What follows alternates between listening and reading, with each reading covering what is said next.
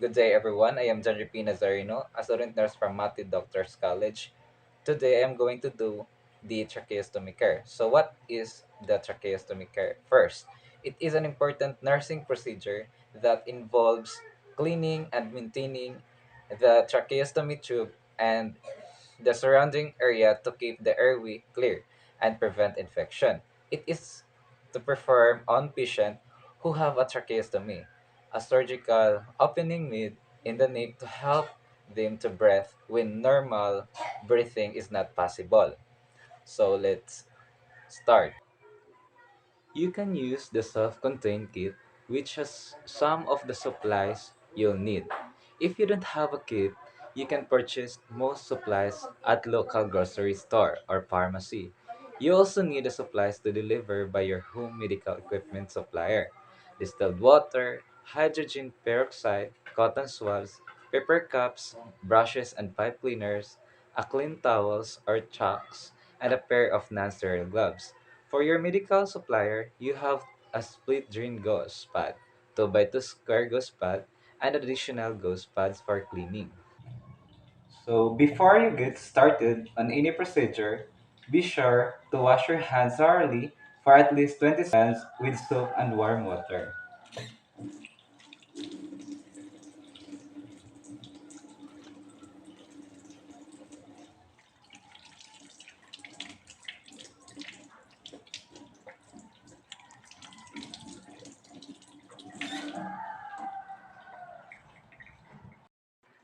So if you have a kit, open the package by peeling and fold off the paper padding and please the supplier.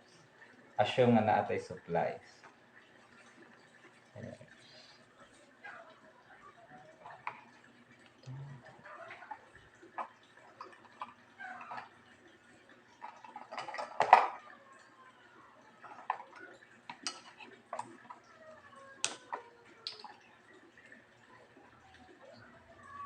Fill all the 3 basins with distilled water about half full.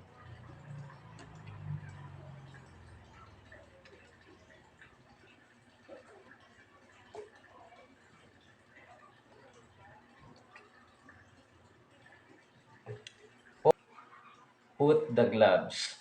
Assume nga naatay gloves.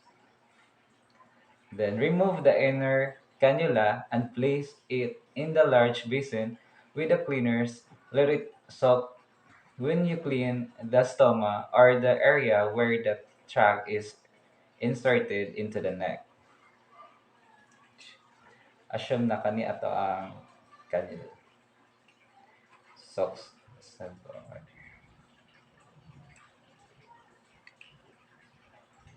Keep the patient clean by placing a clean towels or socks on the patient's chest.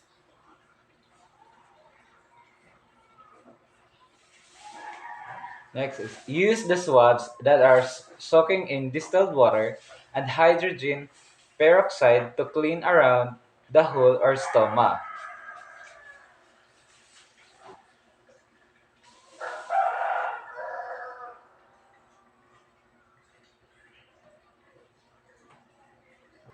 Take a clean gauze pad and saturate it with distilled water.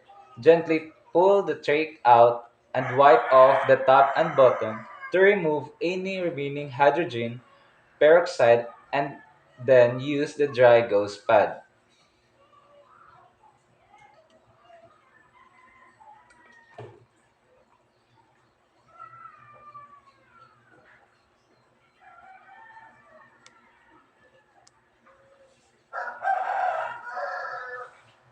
The dry gauze pad.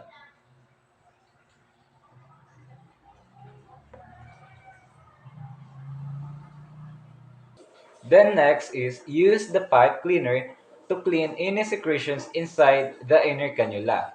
Use the brush to clean inside the tube.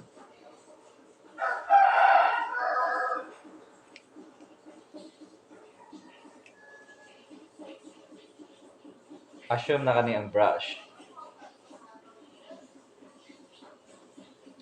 Then, submerge the cannula into the basin with distilled water to rinse out the hydrogen peroxide with at least 3 minutes.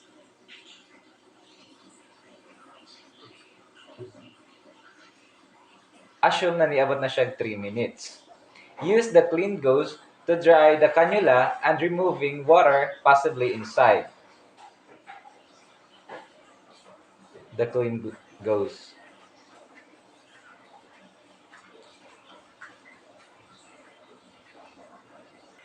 And last, insert it back inside the trach tube. Make sure the cannula is secured.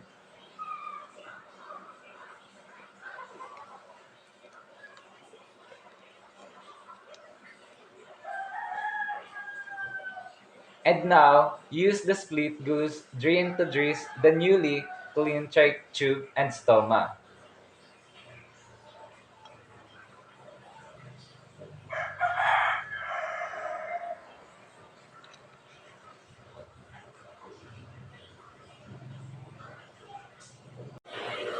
So that is the end of my tracheostomy care.